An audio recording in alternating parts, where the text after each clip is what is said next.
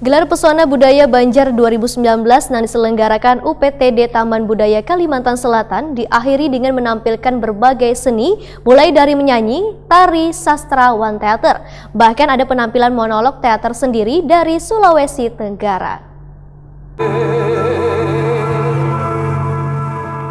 Gelar Pesona Budaya Banjar 2019 yang diselenggarakan UPTD Taman Budaya Kalimantan Selatan mulai 27 hingga 29 September 2019 diakhiri dengan menampilkan berbagai seni mulai dari menyanyi, tari, sastra, one theater malam Senin 29 September 2019. Aku tahu baju tidurku basah.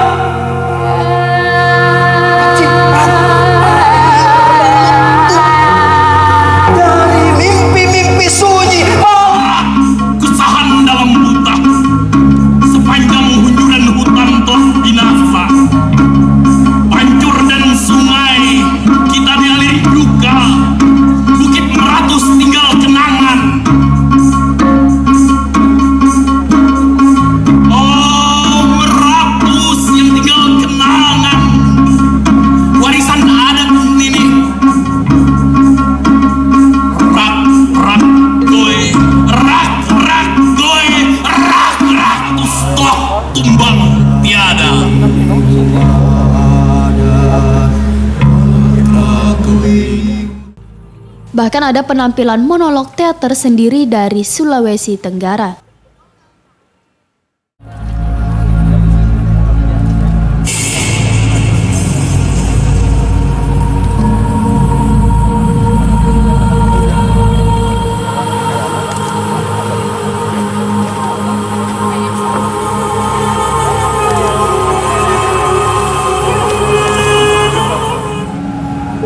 Kalau sudah semua menyatakan bahwa itu tidak benar, maka tidak benar itu menjadi kebenaran.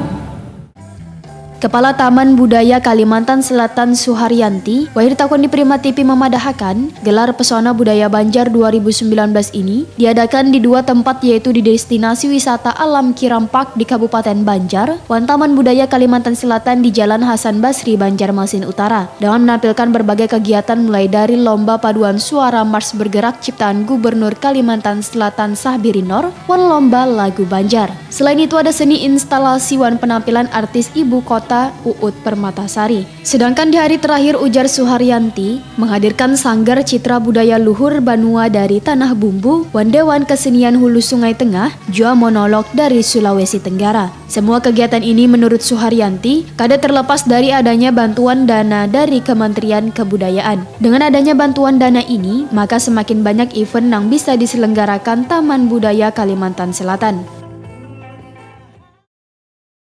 Ini malam terakhir kegiatan Gelar Pesona Budaya Banjar, yang dalam hal ini event ini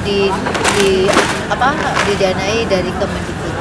Jadi ini adalah bagian, kita bersyukur ya Kalimantan Selatan dapat bantuan anggaran tersebut. Dengan demikian kita bisa menambah volume atau event-event di Taman Budaya. Dengan demikian pun kita bisa berusaha meratakan semua komunitas yang untuk diberi kesempatan tampil, karena kalau kemarin kita menyesuaikan dengan dengan anggaran yang ada, tapi dengan tahun 2019 ini saya melihat grafiknya ibaratnya hampir semua komunitas cover di dalam kegiatan budaya. Suharyanti pun bersyukur Taman Budaya Kalimantan Selatan ini mendapat bantuan anggaran Kemendikbud ini, dan berharap kedepannya akan terus berlanjut, karena seberataan komunitas seni yang ada di Banua bisa ditampilkan di Pesona Budaya Banjar ini.